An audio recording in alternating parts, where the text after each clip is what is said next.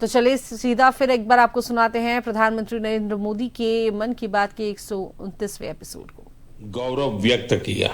बच्चों ने तमिल में कविताएं सुनाई, भाषण दिए और अपनी संस्कृति को पूरे आत्मविश्वास के साथ मंच पर उतारा। साथियों, देश के भीतर भी तमिल भाषा के प्रचार के लिए लगातार काम हो रहा है। कुछ दिन पहले ही मेरे संसदीय क्षेत्र काशी में चौथा काशी तमिल संगमम हुआ। अब मैं आपको एक ऑडियो क्लिप सुनाने जा रहा हूं। आप सुनिए और अंदाजा लगाइए तमिल बोलने की कोशिश कर रहे ये बच्चे कहाँ के हैं। वणक्कम। भारत और संगतल ओरे भारतम उन्नत भारतम नड़त्तपट्ट काशी तमिल संगमम 4 तमिल करपोम नान रोम कार्के उदाहरणಕ್ಕೆ ಏನು तमिल इंट्रोडक्शन काशियोड़ भूमिल नानु पायल पटेल और सुपिंस इंटर कॉलेज की मानवी अनेवरकुम येन वणक्कम। साथियों, आपको जानकर हैरानी होगी तमिल भाषा में इतनी सहजता से अपनी बात रखने वाले ये बच्चे काशी के हैं, वाराणसी के हैं। इनकी मातृभाषा हिंदी है, लेकिन तमिल भाषा के प्रति लगाव ने इन्हें तमिल सीखने के लिए प्रेरित किया है। इस साल वाराणसी में काशी तमिल संगमम के दौरान तमिल सीखने पर खास जोर दिया गया था।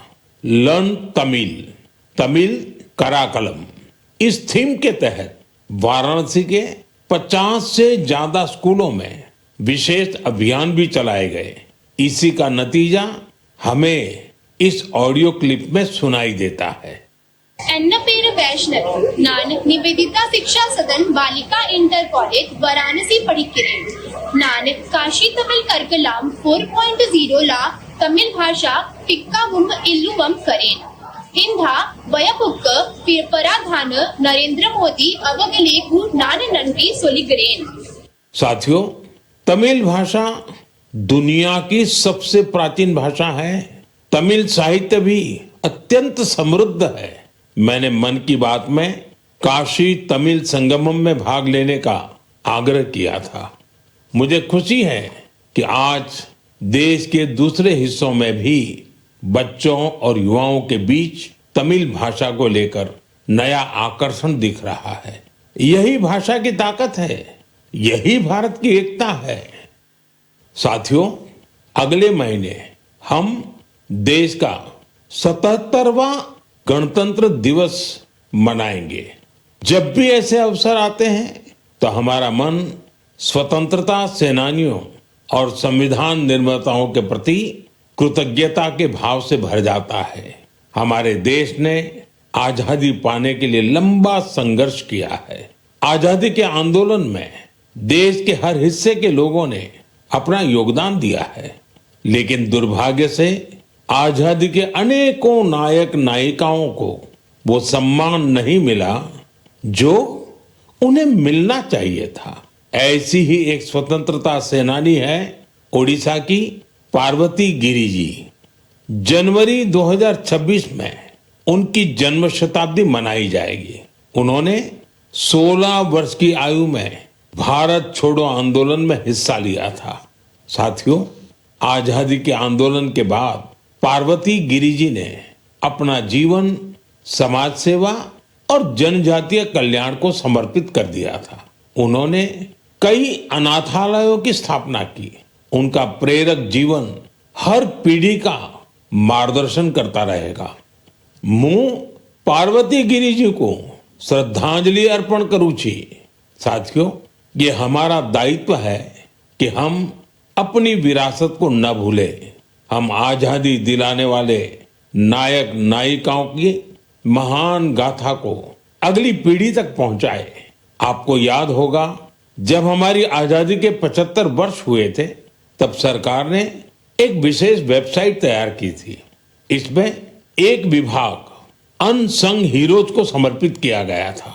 आज भी आप इस वेबसाइट पर विजिट करके उन महान विभूतियों के बारे में जान सकते हैं जिनकी देश को आजादी दिलाने में बहुत बड़ी भूमिका रही है। मेरे प्यारे देशवासियों, मन की बात के जरिए हमें समाज की भलाई से जुड़े महत्वपूर्ण विषयों पर चर्चा करने का एक बहुत अच्छा अवसर मिलता है।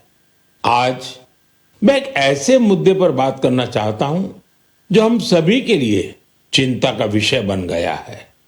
आईसीएमआर यानी Indian council of medical research ने हाल ही में एक रिपोर्ट जारी की है। इसमें बताया गया है कि निमोनिया और यूटीआई जैसी कई बीमारियों के खिलाफ एंटीबायोटिक दवाएं कमजोर साबित हो रही है। हम सभी के लिए यह बहुत ही चिंताजनक है। रिपोर्ट के मुताबिक इसका एक बड़ा कारण लोगों द्वारा बिना सोचे समझे एंटीबायोटिक दवाओं का सेवन है। एंटीबायोटिक ऐसी दवाएं नहीं हैं जिन्हें यूं ही ले लिया जाए। इनका इस्तेमाल डॉक्टर की सलाह से ही करना चाहिए। आजकल लोग यह मानने लगे हैं कि बस एक गोली ले लो, हर तकलीफ दूर हो जाएगी। यही वजह है कि बीमारियां और संक्रमण इन एंटीबायोटिक दवाओं पर भारी पड़ रहे हैं। मैं आप सभी से आग्रह करता हूं कि कृपया अपनी मनमर्जी से दवाओं का इस्तेमाल करने से बचें। एंटीबायोटिक दवाओं के मामले में तो इस बात का ध्यान रखना बहुत जरूरी है। मैं तो यही कहूंगा, मेडिसिन्स के लिए गाइडेंस और एंटीबायोटिक्स के लिए डॉक्टर्स की जरूरत है। ये आदत आपकी सेहत को बेहतर बनाने में बहुत मददगार साबित होने वाली है।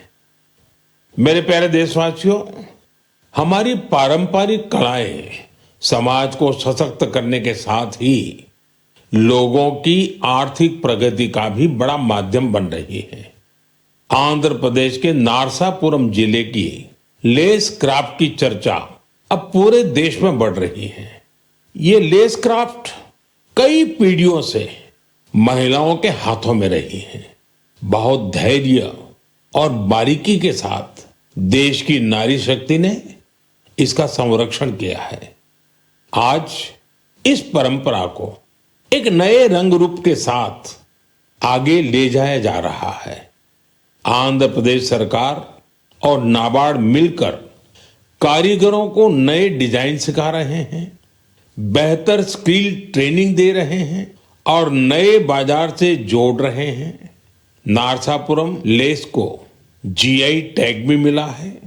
आज इससे 500 से ज्यादा प्रोडक्ट्स बन रहे हैं और 250 से ज्यादा गांवों में करीब करीब 1 लाख महिलाओं को इससे काम मिल रहा है। साथियों, मन की बात ऐसे लोगों को सामने लाने का भी मंच है जो अपने परिश्रम से ना सिर्फ पारंपरिक कलाओं को आगे बढ़ा रहे हैं बल्कि इससे स्थानीय लोगों को सशक्त भी कर रहे हैं। मणिपुर के चूरा चांदपुर में मार्गरेट राम थारसी एमजी, उनके प्रयास ऐसे ही हैं। उन्होंने मणिपुर के पारंपरिक उत्पादों को, वहां के हैंडीक्राफ्ट को, बांस और लकड़ी से बनी चीजों को एक बड़े विजन के साथ देखा और इसी विजन के कारण वो एक हैंडीक्राफ्ट आर्टिस्ट से लोगों के जीवन को बदलने का माध्यम बन गई। आज मार्गरेट जी की यूनिट, उसमें 50 से ज्यादा आर्टिस्ट काम कर रहे हैं और उन्होंने अपनी मेहनत से दिल्ली समेत देश के कई राज्यों में अपने प्रोडक्ट्स का एक मार्केट भी डेवलप किया है। साथियों, मणिपुर से ही एक और उदाहरण सेनापति जिले की रहने वाली चोखोने क्रिचेना जी का है। उनका पूरा परिवार परंपरागत खेती से जुड़ा रहा है। क्रिचेना ने इस पारंपरिक अनुभव को एक और विस्तार दिया। उन्होंने फूलों की खेती को अपना पैशन बनाया। आज वो इस काम से अलग अलग मार्केट्स को जोड़ रही है और अपने इलाके की लोकल कम्युनिटीज को भी एम्पावर कर रही है। साथियों, ये उदाहरण इस बात का पर्याय है कि अगर पारंपरिक ज्ञान को आधुनिक विजन के साथ आगे बढ़ाएं तो ये आर्थिक प्रगति का बड़ा माध्यम बन जाता है। आपके आसपास भी ऐसी सक्सेस स्टोरीज हो तो मुझे जरूर शेयर करिए। साथियों, हमारे देश की सबसे खूबसूरत बात यह है कि साल भर हर समय देश के किसी न किसी हिस्से में उत्सव का माहौल रहता है। अलग अलग पर्व त्योहार तो है ही, साथ ही विभिन्न राज्यों के स्थानीय उत्सव भी आयोजित होते रहते हैं। यानी अगर आप घूमने का मन बनाएं तो हर समय देश का कोई न कोई कोना अपने यूनिक उत्सव के साथ तैयार मिलेगा। ऐसा ही एक उत्सव इन दिनों कच्छ के रण में चल रहा है। इस साल कच्छ रणोत्सव का यह आयोजन 23 नवंबर से शुरू हुआ है, जो 20 फरवरी तक चलेगा। यहां कच्छ की लोक संस्कृति, लोक संगीत, नृत्य और हस्तशिल्प की विविधता दिखाई देती है। कच्छ के सफेद रण की भव्यता देखना अपने आप में एक सुखद अनुभव है।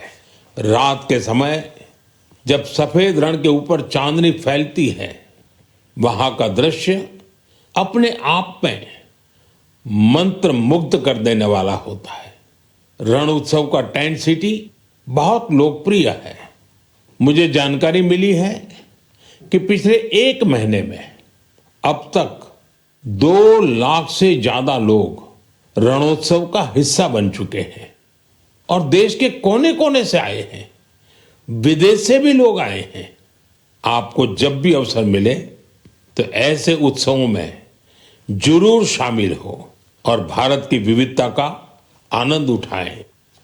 साथियों, 2025 में मन की बात का ये आखिरी एपिसोड है।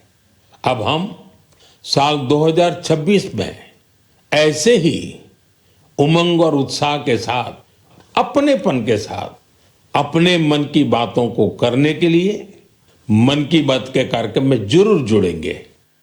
नई ऊर्जा, नए विषय और प्रेरणा से भर देने वाली देशवासियों की अनगिनत गाथाओं मन की बात में हम सबको जोड़ती हैं।